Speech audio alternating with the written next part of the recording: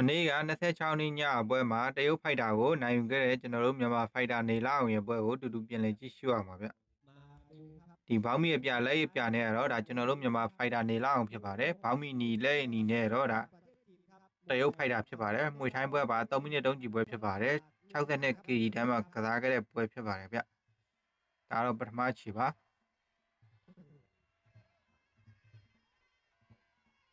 လောက်ကက်ဟော်ရီကက်ဟုတ်လက်တီးရက်တွေထိတယ်တရုတ်ဖိုက်တာလည်းဒါပင့်လက်တီးတွေသုံးတာတွေ့ရတယ်ဗျလောက်ကက်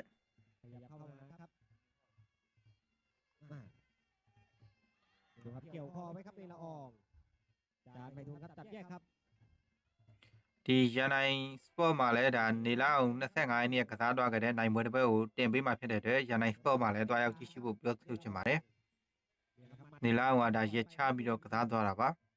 နှစ်ပွဲသက်ซ้ายแล้วเนี่ยครับผลักออกไปครับเอาในละอองมีจังหวะบวกจังหวะสวนแรกกันครับဟုတ်ဟော်ရီကက်ဟုတ်လက်တီးရက်တော်လေးထိတယ်ကောင်းတယ်ของในละอองเหมือนกันครับลูกจิงเคอร์ฮุกซ้ายแล้วเนี่ยครับหมัดขวาลำตัวเตะซ้ายมาครับลูกจิงเคอร์လောက်ကက်ขยับเข้าหาครับလောက်ကက်ในละอองดูครับแม่แรงหมัดครับในครับในละออง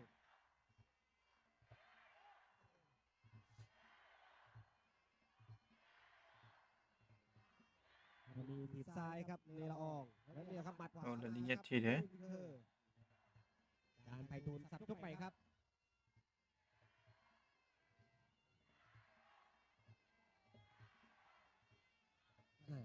လောက်ကက်ဟုတ်လက်တီးရက်ထိတယ်ตีเขาขวาครับในละอองขยับเข้าหาครับในละอ ဟော อง ်ရီရှော့ ครับแรงหมัดขวานี่แหละครับเกี่ยวคอครับแทงเขาขวาครับในละอองแล้วต่อยขวาครับในละอองโดนครับในละอองมีถีบซ้ายครับลูกยิงเธอ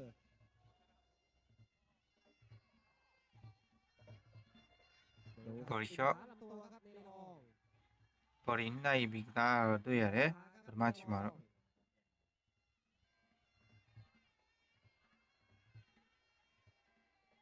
့ยังล็อกคอไว้อยู่ครับลูกยิงเธอตีเขาขวากลับคืนมาครับในละอองจานไพฑูรย์ครับจับแยกครับကပထမချိန်တော့ပြီးဆုံးသွားပါပြီဒါတော့ဒုတိယချိန်ဖြစ်ပါတယ်ต่อครับยกที่2ครับคู่ที่6ของรายการครับလောက်ကက် ขยับครับ ဟော်ရီရှော့ ขวาลำตัวเตะซ้ายสวนครับลูกยิงเธอเตะขวาครับในละอองเตะซ้ายครับลำตัวแล้วเนี่ยครับหมัดขวาครับในละอองก็พยายามสวนครับสวน โอ้လက်တီးရက်တော်တော်လေးထိတယ်ဗျအိုးနောက်ကနေဆော် ข้างหลังครับในละอองดูครับ ဟော်ရီကက် เริ่มเดือดขึ้นเรื่อยๆครับยกที่2 ဟော်ရီရှော့အိုးဒူနဲ့ဝင်ကျုံးတယ် ในละอองจิ้มซ้ายแล้วเนี่ยครับบวกหมัดครับ ညလက်တီးထိသွားတယ်အိုးဖယ်လက်တီးကောင်းတယ် จานไปทูลครับต้องตามจับแยกครับเตะขวาลำตัวครับในละอองเตะขวาทีครับในละอองไฟขวาพยายามเกี่ยวคอครับลูกยิงเธอแทงเขาขวาครับ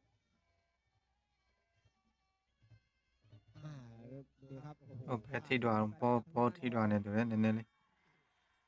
อ้าวมา โอ้ကိုချက်တွေတော်တော်လေးကောင်းတယ်ဗျ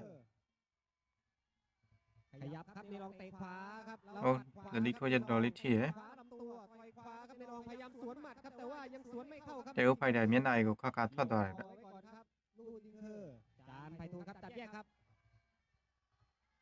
ดูครับ โอ้บอลช็อต ครับในละอองนี่แหละครับหมัดขวาครับก็จะเป็นทางฝ่ายของเนละอองครับที่ว่ากว่าลูกยิงเธอครับ โอ้ไฮเกะ คอครับเนละอองจิ้มซ้ายครับ ဖယ်လက်တီးထိတယ် นี่แหละครับตัดลำตัวครับเนละอองเกี่ยวคอไว้ครับลูกยิงเธอจานไปทุนครับต้องจับแยกมาครับแม่ทางด้านของลูกยิงเธอนี่แกก็พยายามสวนครับแต่ว่าสวนยังไม่เข้าครับแล้วต่อย ဟော်ရီရှော့ อ้าวขยับเข้าหาครับเนละอองครับลูกยิงเธอแล้วเตะขวา ဟော်ရီကက် ครับเนละออง โอ้လက်တီးရက်ထိတယ် มาดูครับวางเอาไว้ครับเนละออง แล้วเตะขวาแรกครับ โอเค ครับนี่แหละครับเรียกมาเลยครับเนละออง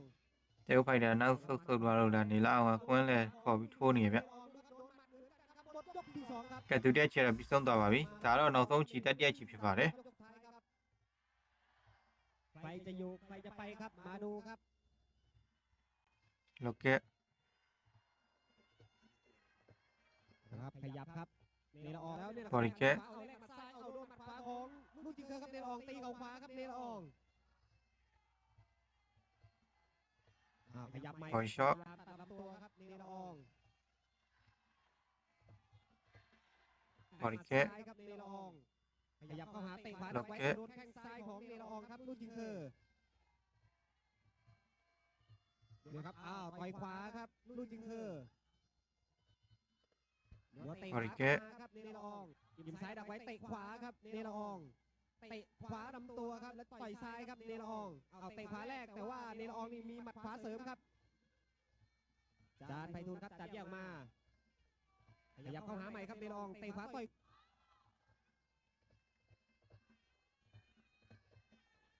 ขยับเข้าไปครับเนละอองนี่แหละครับฮุกซ้ายลำตัวตีเข่าขวาครับ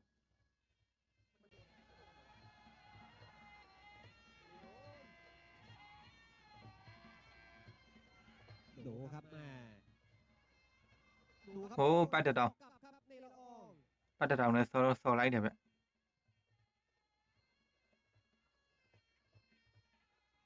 มาดูต่อครับขยับเข้าหาครับเนละอองเตะขวาครับต่อยขวาครับเนละอองเมื่อกี้เหมือนจะศอกกลับครับแต่เสียจังหวะครับแต่ก็ยังแก้ด้วยหมัดขวาได้ครับทางด้านของเนละออง နည်းနည်းလေးနောက်ဆုံးချီမှာတော့နည်းနည်းအားပြော့သွားတယ်နေလောက်တက်လုံးနည်းနည်းကျသွားနေတူတယ်ဗျ เนละอองเตะขวาแล้วเนี่ยนะครับหมัด ပွဲလေဒါစက်တိုက်ကစားနေရတော့ ขวาครับลูกยิงโดนเขาลอยใส่ครับเนละอองแล้วยังไงครับจังหวะสวนนี่ได้ทั้งสนามเลยครับทางด้านของลูกยิงครับละครับ ဟိုးဒီချက်ထီရယ် ดูครับลีลาเนละอองครับยั่วยวนกวนประสาทเต็มที่ครับ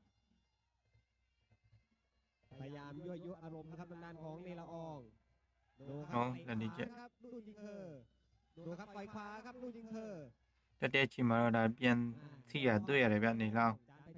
တရုတ်ဖိုက်တာထိုးချက်တွေကို 20 วินาทีสุดท้ายครับมาดูครับเนี่ยนะครับก็ ဟိုးပြောင်ချော်ချော်လုံးနေကိုကောင် เริ่มเนละออง ဟိုကအလဲထိုးနေဟုတ်ပိတ်နေပြီ ซ้ายครับเนละอองแล้วนี่แหละครับหมัด1-2ของเนละอองครับแล้วพยายามแลกหมัดครับลูกยิงแลกครับลูกยิงยังต้องจับในไว้ก่อนครับ ကဲပွဲတော့ပြီးဆုံးလို့သွားပါပြီနိုင်ရှော့ပြပြတာမရှိပါဘူးဒိုင်ဆုံးပြရောက်ရှိသွားပါတယ်ဒိုင်ဆုံးပြမှာတော့ဒါကျွန်တော်တို့မြန်မာဖိုက်တာနေလောက်ကအနိုင်ရရှိသွားပါတယ်တရုတ်ဖိုက်တာ